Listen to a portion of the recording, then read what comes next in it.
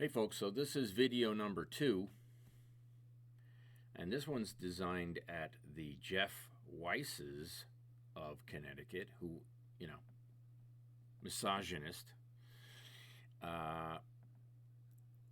He thinks there's no election fraud, my ass, because he's been bribed out the wazoo.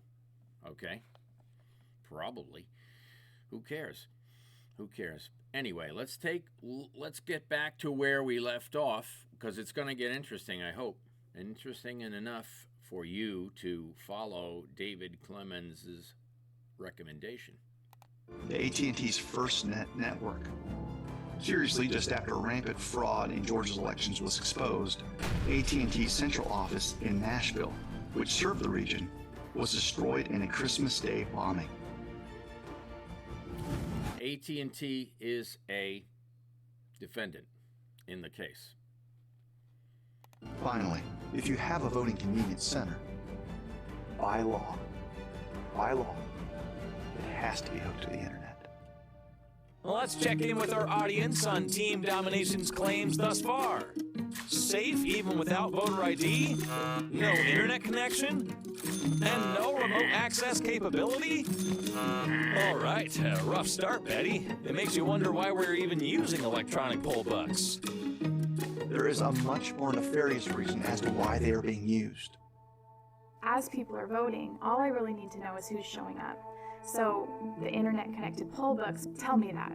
So if I have access to the voter registration database and those e-poll books, I can model the election. I know how many votes I need to inject. They're using e-poll books to calculate how many election falsified ballots need to be added to the system, which is exactly what they did when they removed votes for me. They knew they could add that number. I'm not talking about myself. My goal, knowing I'll never be elected, is clear. It's capturing them in a lawsuit, as we did with Chief State's Attorney Richard Colangelo, who is singing like a bird, I am told. You see, people that are stuffing ballots into drop boxes across your state, did anyone think? This is where Ted Bromley comes in. He mailed pre-signed absentee ballots by the town clerks. With what addresses, we don't know.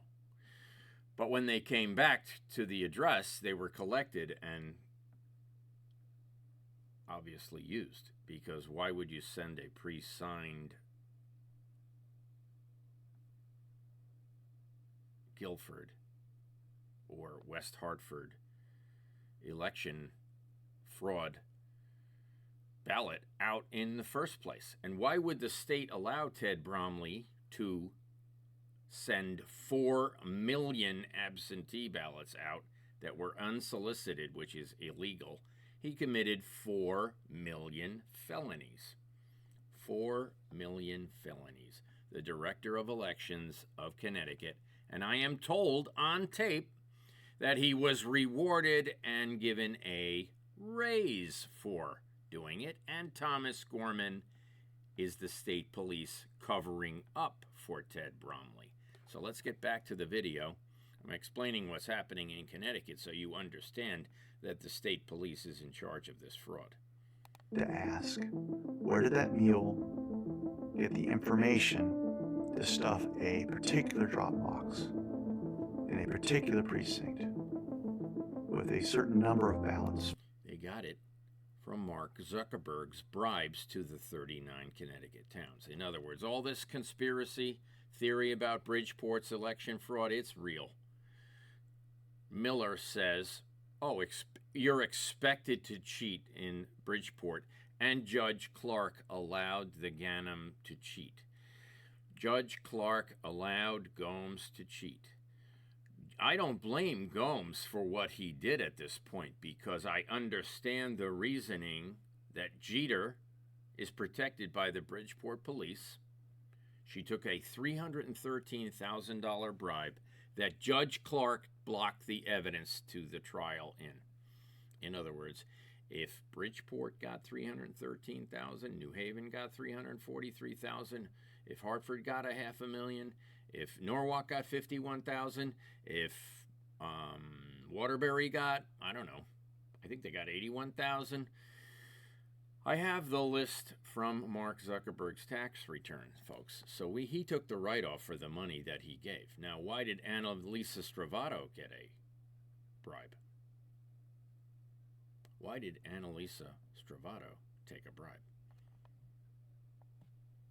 For a certain candidate. They're not going to these drop boxes blindly. There's a candidate that ran for office in Santa Fe. Her name's Catherine Clark. And she was getting her own copy of poll book data throughout Election Day. She got her own poll book data. Midday, afternoon, until the close of the polls. Maggie Toulouse-Oliver. At about 3 o'clock in the afternoon, she received a very curiously worded email from the Secretary of State that here is another set of poll book data just for you. Poll And when you book look at the data visual just record, for you. you see that in the county that she ran Watch. for office, where over 70% of the ballots were accounted for. That number went to zero. Zero. For 12 minutes. CNN. Right after receiving CNN, ABC, CBS, and MSNBC did this. It's called Edison Zero. Do you know what it is? Edison Research, which is the Connecticut back office to the judicial corruption. Same company. Just like BlackRock runs the judicial pension in Connecticut, they also own the mortgage mills that the judges are using to falsify documents to steal homes like Andrew Pritchard's home. $3.5 million home, no mortgage, stolen, fictitious documents, so that the DA of Westchester County can steal the house. And guess who did it? The DA in Westchester County, who owns the house, worked with the DA of Bridgeport, Connecticut. Hallstrom worked for Chen, with Chen, and who got the house? And who's orchestrating the fraud? The judges are orchestrating the fraud. The biggest judge fraud might be Spader, but it could be Tierney, because you can't get the evidence. Right now, they're stealing Heather Lindsay's home. Heather Lindsay had one house stolen. Heather Lindsay was raped by Dr. Ahuja. Dr. Ahuja is bribing the judges. Dr. Ahuja's brother threatened Heather in her driveway at gunpoint. Guess how many people got threatened at gunpoint? 4. It's just another Hillary Clinton assassination deal. Heather Lindsay got thrown off a balcony. The judge dismissed the case after Heather got thrown off a balcony after being threatened at gunpoint. Judge Meyer is behind this. Judge Meyer is working for AT&T. AT&T's office was blown up that had the connections and the evidence. And now listen to this testimony. receiving an email at 3:27 p.m. In other counties, we saw gains of 20% of the vote in 12 minutes. Catherine Clark wasn't just a candidate on a ballot in Santa Fe. She was also an official of the Democrat Party. Officials of the Democratic Party, Cozen, Deputy Secretary of State, was the head of the Democratic Party. Who signed my warrant for my arrest? Judge? What? Anyone guess? Truglia, Democratic chair of Connecticut's Democratic Party. She was also a political operative that ran campaigns for other candidates throughout the state of New Mexico. And she was The same thing happening in New Mexico is happening in Connecticut. What about New Mexico's election? Well, hold on a second.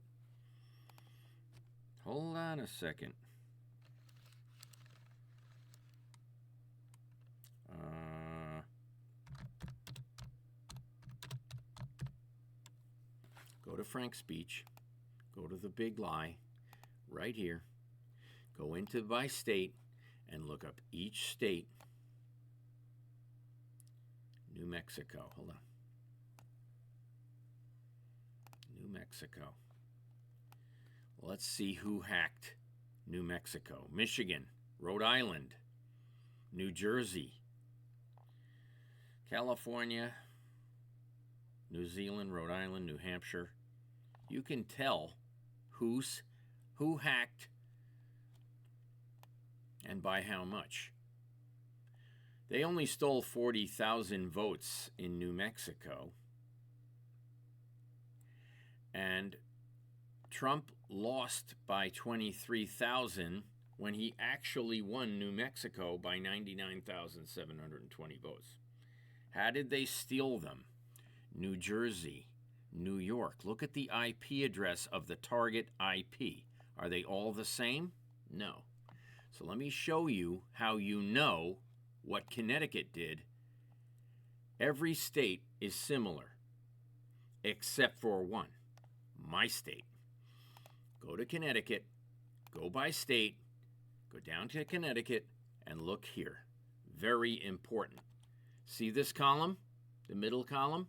199, 107, 32, 42? That means the same target IP address, Tyler Technologies, backdoored the system in Bethlehem, Bethel, Bethany, Berlin, Beacon Falls, Barkhamston. They flipped in Barkhamston. Here we go. Look at this column. Bridgeport flipped 3,514 Trump votes to Biden at what time? Oh, at 5:40 a.m. on 11/5/2020. Who did it? A guy in Tennessee, using Tyler Technologies, Connecticut's contract. In other words, the back door gives access to New South Wales, take a look, hacked the Derby town clerk. Here's another one, Fairfield town clerk.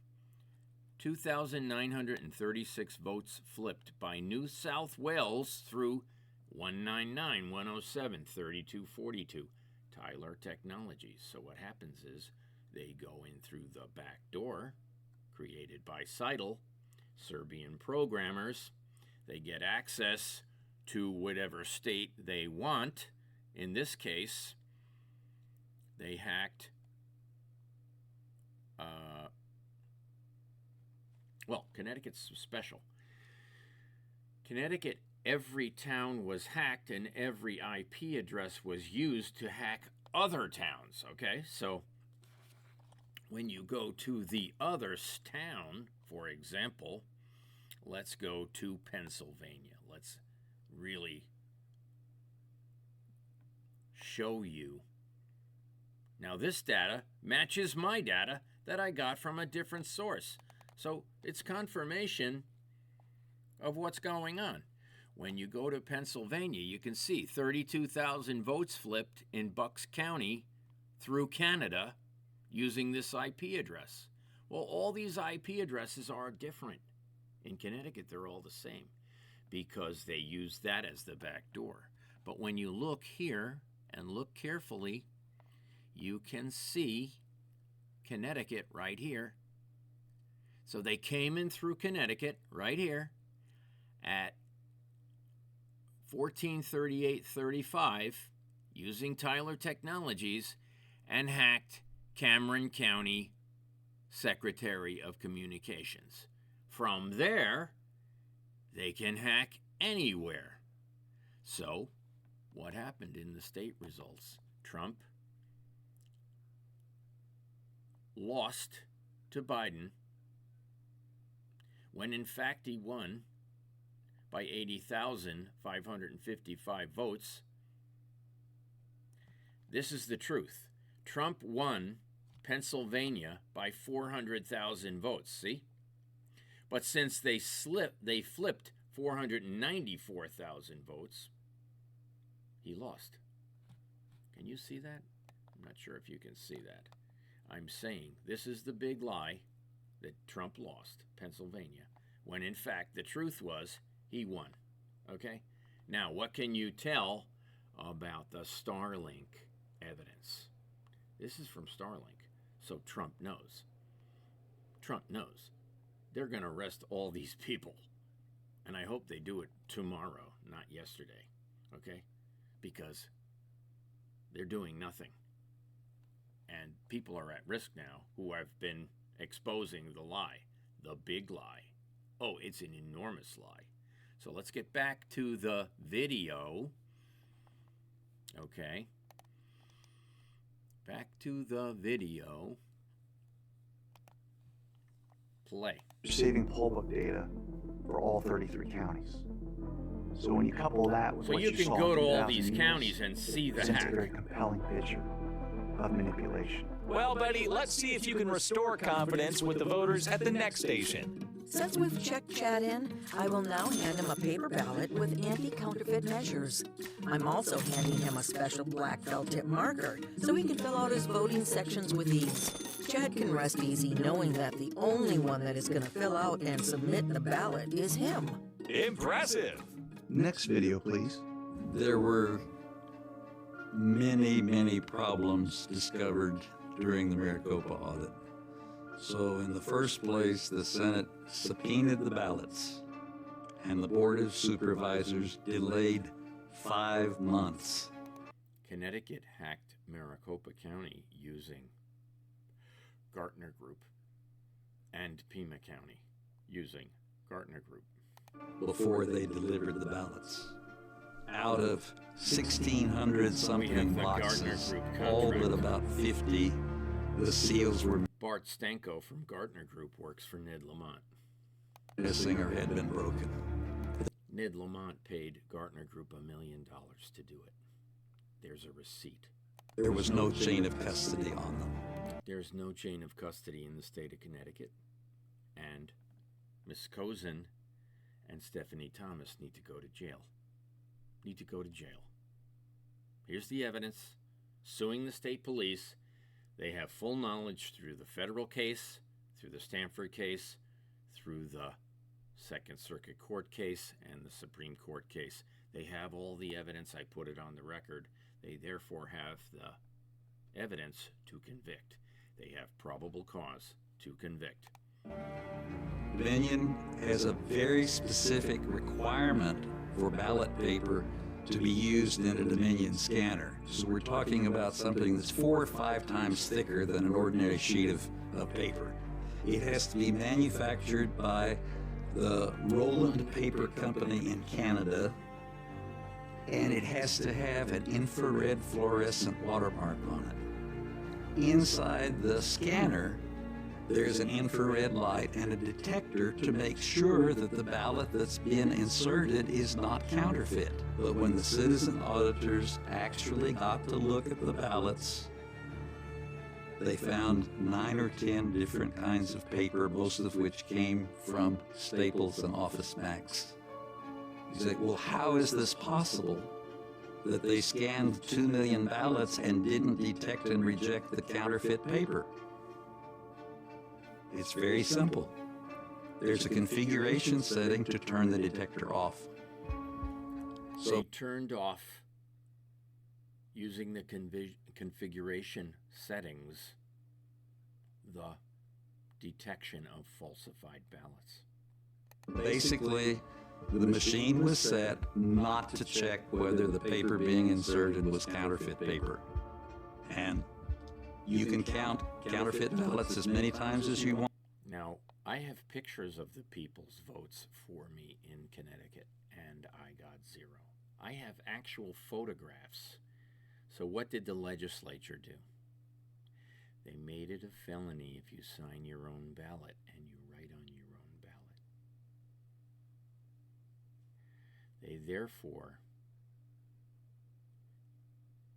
changed the law in Connecticut that if you write on your ballot, you can be arrested of a felony. So they can do it again. having the knowledge that voters signed their ballots and took a photograph as I asked them to, then when we gave them the pictures of the ballots that were signed by the voter, the legislature in Connecticut went back and changed the law to say that if you write on your own ballot, it's a felony. So they're trying to prevent people from proving that this is racketeering. They're manipulating the law, changing the law, when you're trying to prove that the election was stolen, which we have already proven. So here we go. We have people convicted of a January 6th event, even people from Connecticut. People were intimidated, yes. I know a lot of people who went. I did not go. I was warned not to go. I did not go. The fact is, people went. They were arrested. They were intimidated by Christopher Wray, who's a complete criminal, who sent FBI undercover dudes to initiate the J6 peaceful protest and turned it into what it is now. 300 people in jail. And if we fast forward in this video to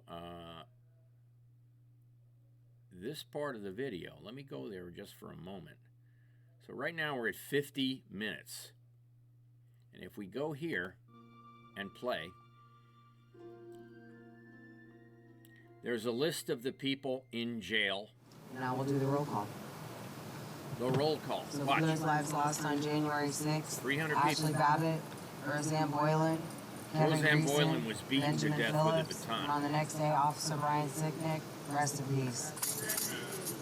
Those detained, They lied Johnny about Brian Andrews, Sicknick. Daniel Ball, Thomas Ballard, Hero. Roger Bow, Hero. Joe Biggs, Hero. Aiden Billiard, Hero. Matthew Bledsoe, Hero. Kenneth Bonowitz, Hero. Tim Bonner, Hero. Nicholas Brokoff, This is the letter Larry B, Brock, folks. Antoine Brodnax, Jeffrey Brown, Hero. Jeremy Brown, Hero. Alan Byerly, Daniel Caldwell, Matthew Caswell, William Pressman, So it goes on Eric for quite a bit. Huston, Lonnie Kaufman. I'm going to go back to the section where we left off. Acceptance of counterfeit ballots wasn't just relegated to Dominion tabulators in Arizona. In Alabama, a citizen went across the street and printed a ballot image on notebook paper. The machine accepted and tabulated the votes on every single ballot. So in other words, you can make copies of one ballot Yes. and send them through. Just send them through. This is why we need to be watching Yes. to make sure. Betty, those tabulators are gobbling those fake ballots like they were at an early bird Chinese buffet. And it looks like our audience has seen enough. On to the remaining claims. In these tabulators, Now hold on. In my hand is the Connecticut lawsuit. So if you go to, for example, I just opened it, and I turn on this machine. Whoops, it's upside down. Oh no, it's not. If you go to, for example, Defendant 109, you will see it's Yukon. Yukon falsified the audit, destroyed the memory cards, and destroyed the cast vote record. When you look at these defendants in the federal lawsuit, which is treason, for example, Staple Street Capital is number 55. Staple Street Capital, if you look at this document, is Innovative Solutions Ecosystems. Look at this document. It's AKA Service Point Solutions, AKA Paragon, Mossad, AKA Grenady Holdings, AKA Using Leonardo Spa. What do you need to know? It is now owned by Carlyle Group. It is now owned by Carlyle Group. So when you look at the document, very important, Ivan Yukovic, Serbian programmer connected to Biden. Read this paragraph. Very important. It comes from David Clemens's. Actually, we have nothing in common. I didn't even know who that was, okay? I found out lately. But here's a quote from Dominion made in his video, which matches mine, in the lawsuit filed a year and a half ago. This is Eric Coomer, he made sure that Dominion Voting Systems was in all the battleground states for the 2020 election. VP Dominion Voting System.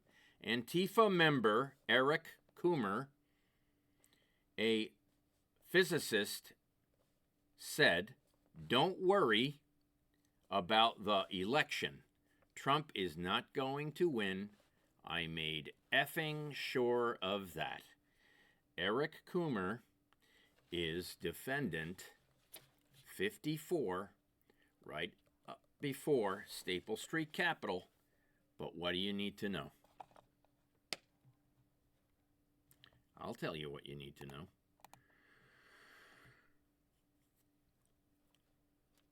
Get ready. David's section here, as good as it is incomplete. It's missing vital sections. Denise Merrill is vital. She resigned in June of 2022, prior to the Blumenthal election.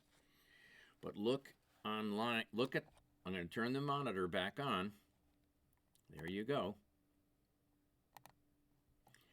As it says, David is missing a vital section of this analysis, which is Tyler Technology number 52, and many others.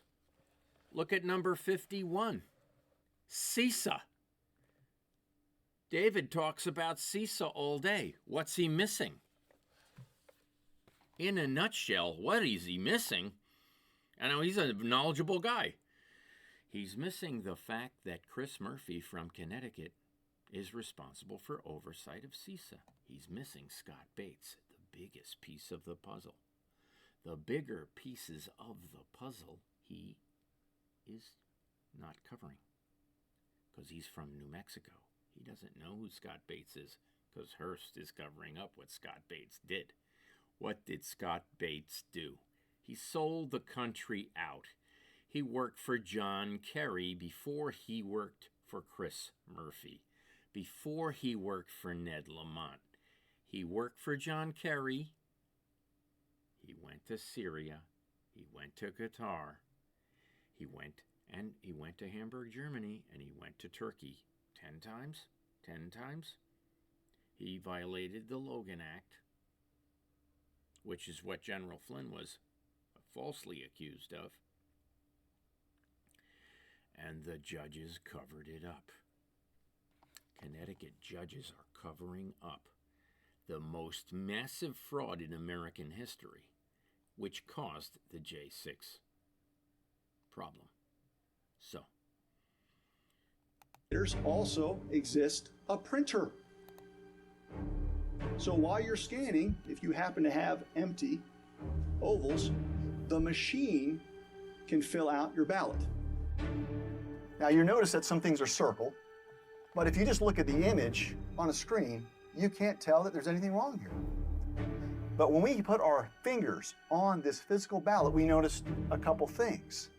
That these two ballot ovals were filled out by the machine. And the only reason why we caught this is that when you use a ballpoint pen, you could feel the indentations. Now, isn't it curious that every rhino, Democrat, and election worker says, don't use a ballpoint pen? Don't use a ballpoint pen. That's exactly the instructions in Norwalk. Now, the poll workers were told not to allow me into the building, and the Norwalk police did not allow me in until I made a huge stink. But what happened? The pictures I was to take for the tabulator for the FBI were not allowed. So someone tipped off the Norwalk police that I was going to vote, and they tried to stop me. Now, what's more important, Norwalk got a bribe from Mark Zuckerberg. Guess how much? $51,000. Where's the money, folks? What did it go towards? They paid the poll workers. They interfered with a federal election, and they took my votes out of the system and destroyed them. I ran for U.S. Senate. I got 0 votes. I got 57,962 signatures missing in the Blumenthal race, and now they're missing in the Murphy race. What happened in the Murphy race is very interesting. There was a bribe of $100 million. There was extortion, $5 a signature, $7 a signature. Oh no, pay $9 a signature. Oh no, pay $14 a signature. I'm not paying $14 a signature. Guess how much Mark Zuckerberg paid Norwalk for fictitious votes? $42 a vote. How much did he pay Bridgeport for fictitious votes? $42 per vote. Those ballot boxes were stuffed at $42 an envelope. And guess who did it? Ted Bromley, who is still working for the state of Connecticut after he negotiated these bribes. Bribes, election falsification, all over the place, destruction of evidence, destruction of signatures for Miss Cozen. Hey, I'm not sure if she signed up for prison term. Not sure if Stephanie Thomas signed up to go to prison, but I'm pretty sure now. So should we leave this where we are and call it the second video? Let's do that. I thank you for listening. Wait till it gets getting interesting, isn't it? Thank you very much for listening. I'm going to put it on YouTube. I'm going to put it on BitChute. I'm going to put it on Twitter. Have a great day.